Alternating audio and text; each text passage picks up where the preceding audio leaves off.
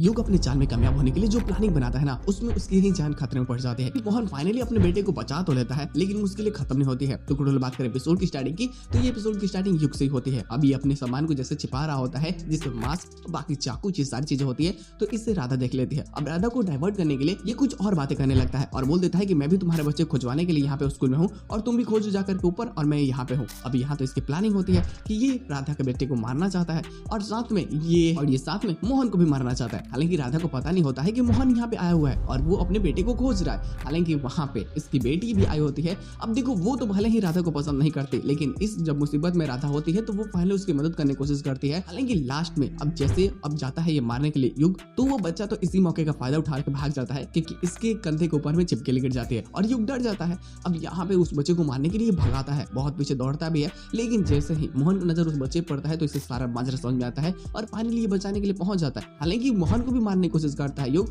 और फिर जो लड़ाई स्टार्ट होती है ना, वो गुडू लोग बहुत बवाल क्रिएट करने वाली होती है। थोड़ी जेट लाइन डिले करने की कोशिश करते हैं, लेकिन पूरे प्लॉट्स की बात करें तो बस इतना ही होता है कि बस मोहन कैसे भी करके अपने बच्चे को बचा तो लेता है, लेकिन एंड समय ऐसा आ जाता है जब उससे बचाना लगभग नामुमकिन हो जाती है। उसकी सांस से रुक जाती है क्योंकि होता ऐसा है ना, एपिसोड की एंडिंग तो कर दी जाती है, लेकिन सारा चीजें पोस्ट क्रेडिट में क्लियर हो जाती है जब मोहन और राधा ये सब मिल जाते हैं और फाइनली उसकी बेटी सभी लोग खोज रहे होते हैं और युग से झगड़ा करने के बाद में ये अपने बेटे को बचा तो लेता है, लेकिन फिर युग उसको कैसे भी लेकर के ऊपर चला जाता है और वहां से उसको फेंक देता है। अब जैसे ऊपर से नीचे गिर रहा होता है ना इसका बेटा, तो ये और राधा मिलकर के उसे कैच तो कर लेते हैं और फाइनली उसे नीचे उतारते हैं, लेकिन खून बहने के कारण वो बेहोश हो चुका होता है। उसका कुछ अता पता नहीं है कि अब उसके साथ में क्या होने वाला है और शायद ये सही समय पर हॉस्पिटल पहुंचाते हैं तो वो बच भी जाएगा, लेकिन मुश्किलें इतनी जल्दी इनकी खत्म होने वाली है नहीं, क्योंकि युग अभी भी सुरक्षित है और वो जब तक सुरक्षित है मोहन को मारने की कोशिश करेगा और हो सकता है कि उसकी सच्चाई भी सामने बहुत जल्दी ही आए। तो थोड़ा सा घुमावदार तो ये एपिसोड है ही, जो सर के ऊपर से जाती है, बट फिर भी गुरु लोग आने वाले स्टोरी लाइन काफी मजेदार हो सकती है।